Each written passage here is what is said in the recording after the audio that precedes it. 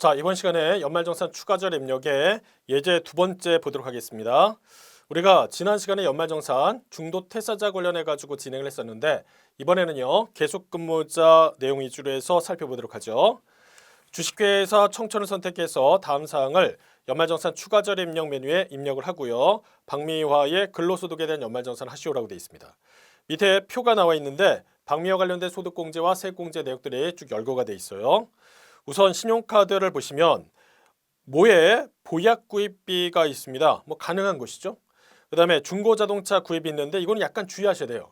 왜냐하면 이제 중고자동차 관련했을 때 그 구입된 금액이 300만 원이지만 이게 실제 관련된 그 소득공제에서 처리되는 금액은 그 구입액의 10% 이렇게 돼 있거든요. 따라서 여기에 300만 원 전체가 들어가면 안 되고 이거의 10%에 해당하는 30만 원이 처리가 돼야 되는 것이고요. 본인의 생활 비용이라든지 대중교통 사용액은 각각 나와 있는 것대로 처리하시면 되겠습니다. 또 하나 주의하실 것은 대중교통 사용액은 별도로 구분해서 입력하도록 되어 있으니까 이걸 좀 주의하시고요. 자, 이어서 보험료가 나와 있습니다. 남편인데요. 근로소득 금액이 500만 원, 피보험자로 해서 상해보험에 가입했다라고 되어 있네요.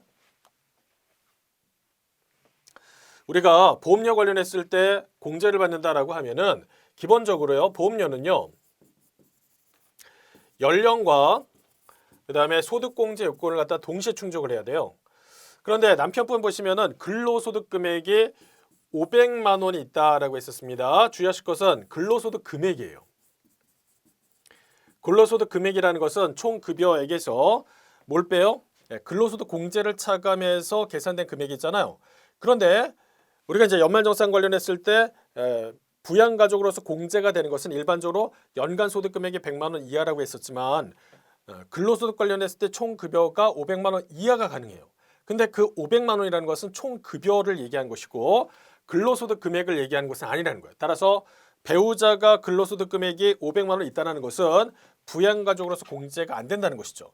또 하나는 보험 관련했을 때는 연금과 그 다음에 소득금의 요건을 동시에 충족하는 사람을 피보험자로 해서 요건을 하고 있기 때문에 지금 여기서는 남편 관련했을 때 피보험자로 됐다라는 것은 그 해당 사항이 안 들어가는 거예요.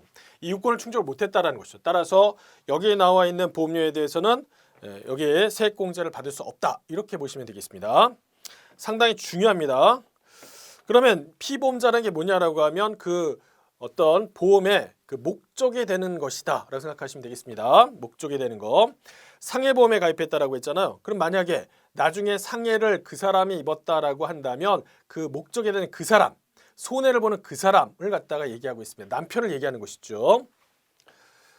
따라서 보험료에 대한 공제 가능하지 않습니다. 여기서는. 그 다음에 의료비 관련했을 때 본인의 성형수술비인데 치료 목적이라고 되어 있습니다. 예를 들어서 자동차 사고가 나서 코뼈가 부러졌다라는 겁니다. 그러면 그거는 미용 목적이 아니라 치료 목적으로 해서 코에 대한 수술이 일어나는 거잖아요.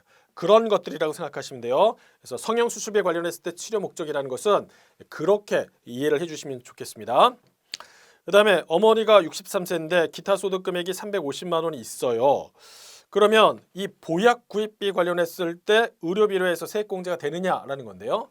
우리가 의료비 관련했을 때 세액공제 되는지 여부를 갖다 판단할 때는 이 부분을 좀 신경 써야 됩니다. 한약을 구입한 것인지 아니면 보약인지 여부에 따라서 달라진다는 거예요. 한약이라는 것은 치료 목적이 들어가는 거고요. 반면에 보약이라는 것은 어떤 치료를 갖다 요하는 것이 아니라 말 그대로 보약, 몸을 갖다가 좀 보신하는 차원에서 드신다라고 생각하시면 되겠습니다. 따라서 의료비 관련된 세액공제에서는 이 어머니가 보약 구입한 금액에 대해서 공제를 해주느냐 안 해준다는 거예요. 안 해준다. 이거 우리 수준에서는 보약과 한약으로 해서 구분한다라고 생각하시면 돼요. 물론 실무적으로 들어간다라고 하면 실무적으로는 한약이라 하더라도 이게 치료 목적인지 아니면 말 그대로 어떤 보신의 목적인지 구분하는 게 상당히 어려워요. 그거는 오직 누가 판단하겠어요? 그것을 갖다 진찰을 하고 그다음에 약을 갖다 처방한 한의사분이 판단을 하겠죠. 근데 그건 이제 실무적인 내용이고 여기서는 어떻게 해야 되냐면 우리는 수업 목적상 만약 보약이라고 나오면 이건 의료비로 해서 공제를 받을 수 없다. 이렇게 생각하시면 되고요. 한약은 가능하다. 이렇게 내용을 보시면 되겠습니다. 교육비에 보시면 본인의 영어 학원비 이거 안 되죠. 그 다음에 19세 소득이 없는데 대학교 등록금 가능합니다.